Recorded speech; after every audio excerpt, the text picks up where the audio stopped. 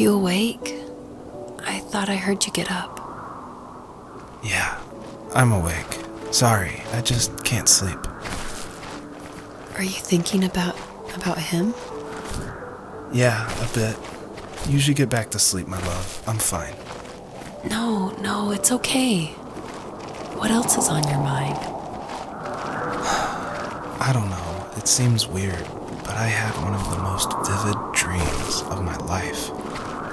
I saw a fox on a snowy mountain, just looking confused and worried. Those eyes, I can't get those eyes out of my head. She was running in the windy snow, looking for something. Do you think it has to do with you and what's been going on? I don't know. It was just a dream, Rachel. They're not meant to make sense. A lot's happened the past couple days, that's all. Well, if you're not going to sleep anyway, you should tell me. I want to hear. All right.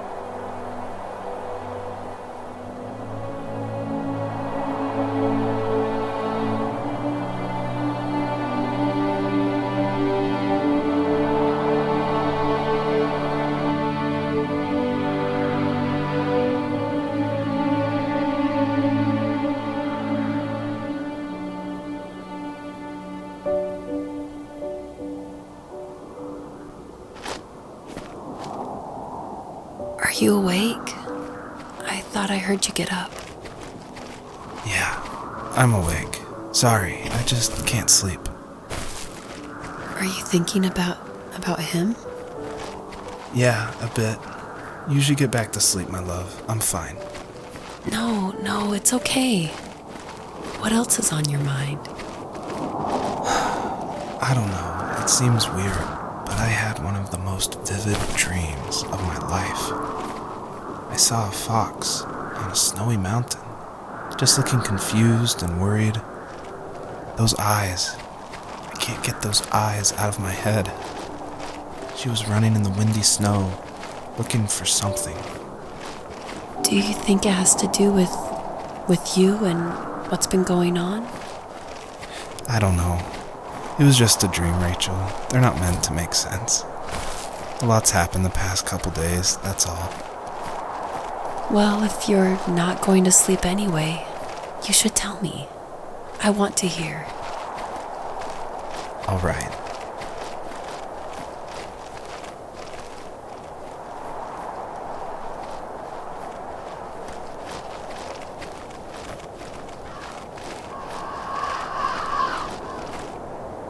So, not far from her home, she followed that path to something unexpected.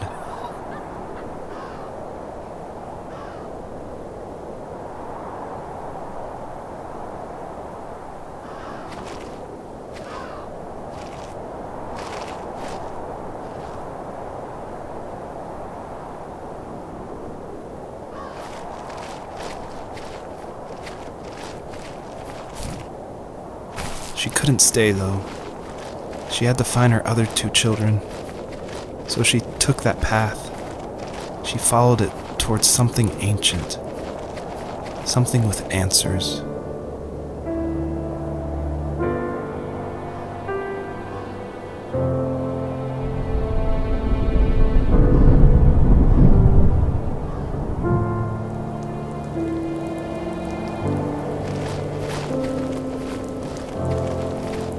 The fox looked high and low, searching for any sign of her cubs. Points of light showed the way to this ancient tree. It was as if each one had a story to tell, all their own. The land was trying to tell my story, too. I felt like I was right behind her the whole time.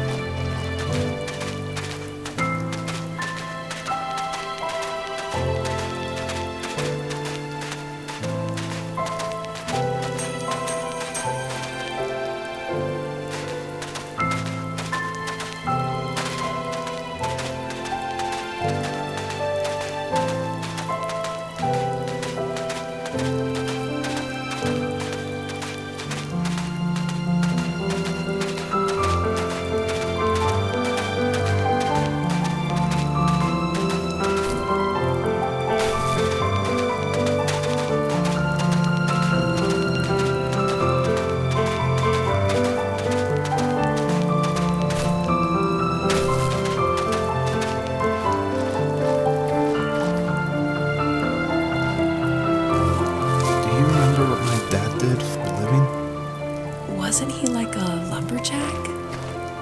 That's one way of putting it. If wood was a canvas, then a carving knife was his paintbrush. Even after working a 50-hour week, even after his hands were more splinters than skin, he would bring home the nicest piece of Alaskan weeping cedar and make me toys. That wooden train was the first toy I can remember, and I loved it. I just knew from a young age I was going to be a lumberjack, like my father.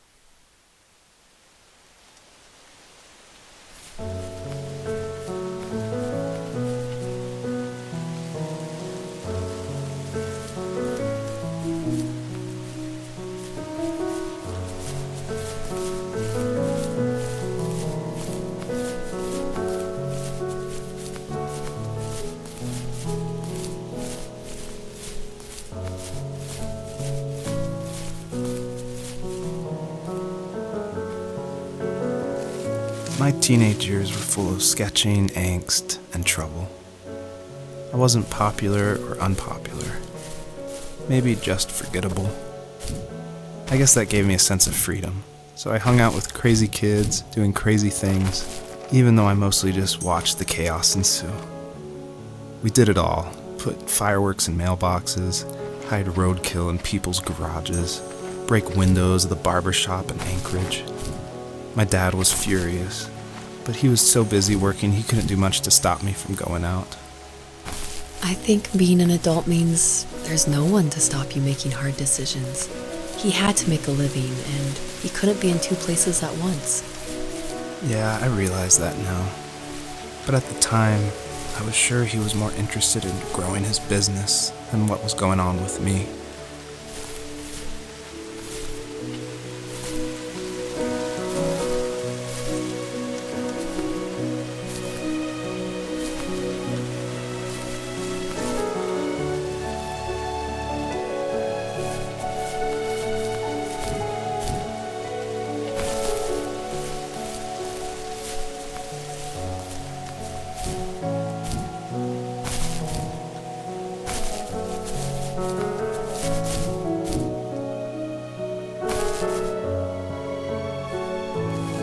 He was working another late night, and my friends were over, saying how bored they were and how they had come all the way out to my house for nothing. One of them mentioned how that old, ugly beyond belief truck was still in the garage, and how we should take it for a spin. I was only 15, so I kind of fought it for a while. The next thing I knew, we were careening around the mountain path, rocks spitting onto the sides of the cliff, while my dad's cringeworthy bluegrass blared out the speakers. I drove while my friends were in the back of that yellow and purple truck, throwing beer bottles and trash at anything remotely interesting. Felt like I was soaring in the air with borrowed wings. But all good things have endings. A cop outside of Eagle River pulled us over after he saw us in a bottle rocket into someone's yard. What followed was a long night of talking to disappointed adults and feeling smaller than ever.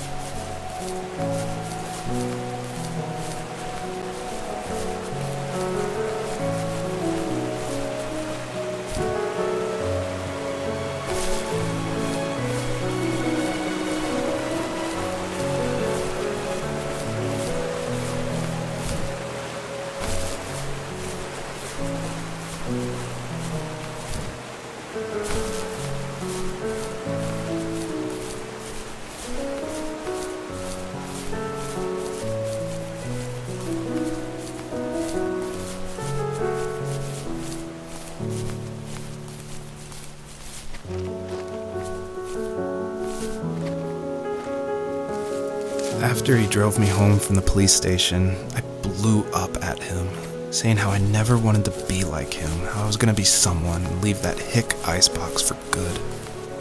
He just looked forward at the road with tired eyes. I took out that bluegrass tape from the cassette deck and chucked it out the window. In my sage teenage wisdom, I thought I had proved the ultimate point, but my dad had a different idea. He slammed the brakes, slowly bowed his head while gripping the steering wheel, and finally looked at me. All he said, like it was a polite request, was, "Make this right." I sat there in silence, fuming, but I eventually got out and combed every square inch of the woods, muttering profanity after profanity. I found it 30 minutes later, near a small waterfall off the road. I went back to the truck, put the wet tape back in, and sure enough it worked. We didn't speak another word to each other the rest of the night.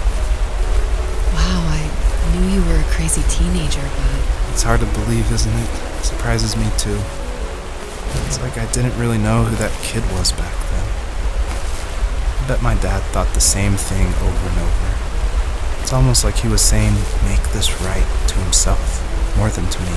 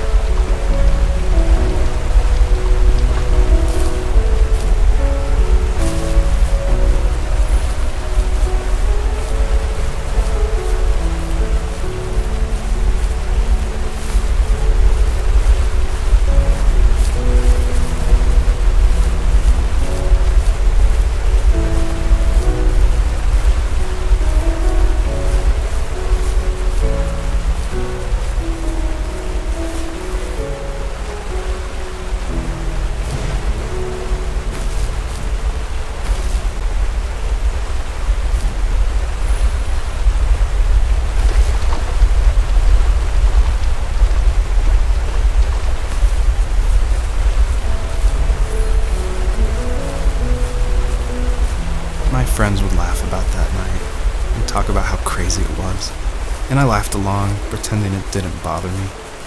But it did. I imagined my friends growing old in the bush, unable to find that thrill in those godforsaken ice fields. It's like those mountains were a literal wall, keeping me from leaving, where all I would have to look forward to are lumber yards and evening beers. I had to climb over. That was my only goal for a long time.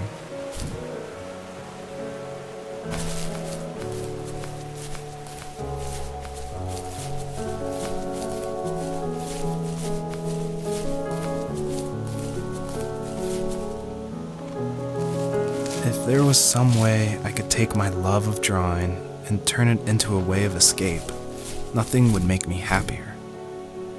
I wanted to create instead of tearing trees down. I wanted to move to the lower 48, not because I hated it there in Alaska, but I hated the idea of it. It's like all of that spite inside me had created this monster which followed me around my whole teenage years. I put so much energy into doing what others didn't expect of me. Why did I do that? There's one fact you're forgetting, though. If you didn't have that fire in you, we probably would have never met. You're absolutely right. Maybe the destination is all that matters in the end.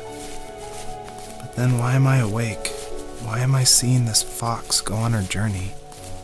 And why can't I stop thinking about my dad?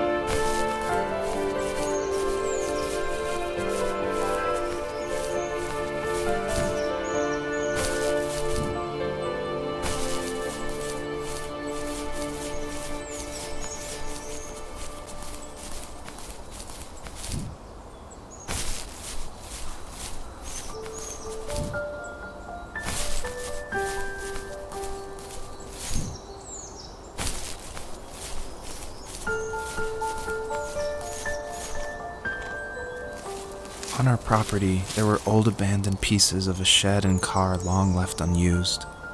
I used to ask him all the time who those people were that left all this junk, and I'm sure he got so tired of hearing it that he made up some elaborate stories how a brown bear ate them and haunted the woods afterwards.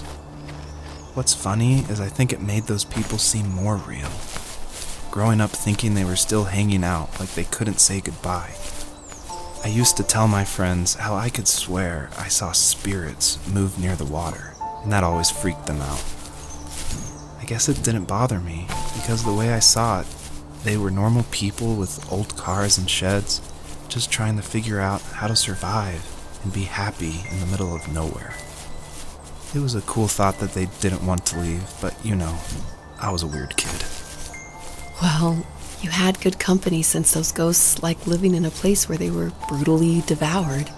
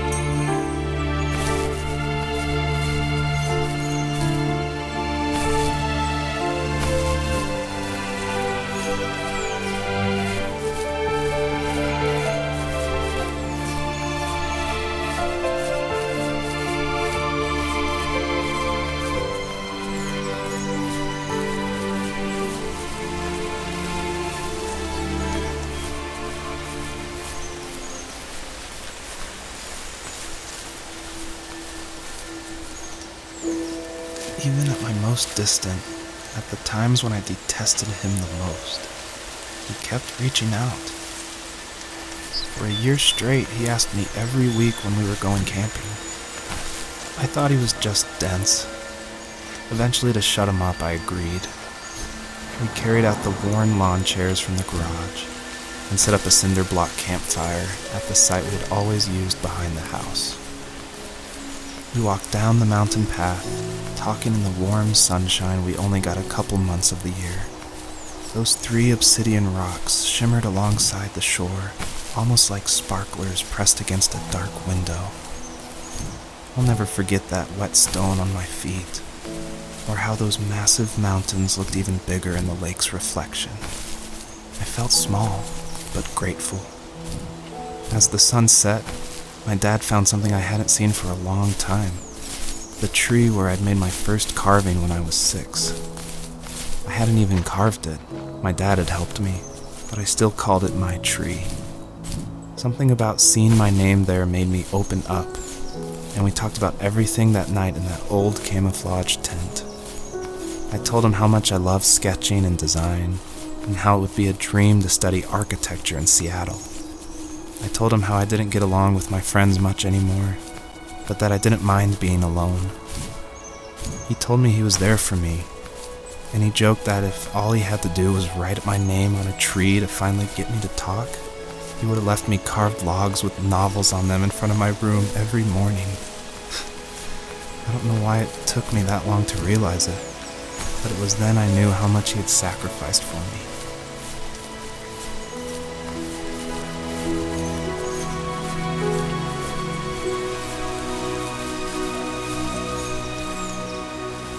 My dad built a lot of stuff in his free time. If he wasn't watching fly fishing or reading Tom Clancy novels, he was carving something. He made tons of birdhouses. Not that he was into bird watching, but I think he really missed working and adding on to the home. If he couldn't afford the time to build onto our own house, he would have to settle with watching birds move into their little homes. We kept an old mattress in the bed of that ugly yellow truck, so we would drive it deep into the woods and then watch the birds fly into their houses while the sun set. Usually it was accompanied by venison jerky or a cold Coke, but not a lot of talking. which is how we both liked it.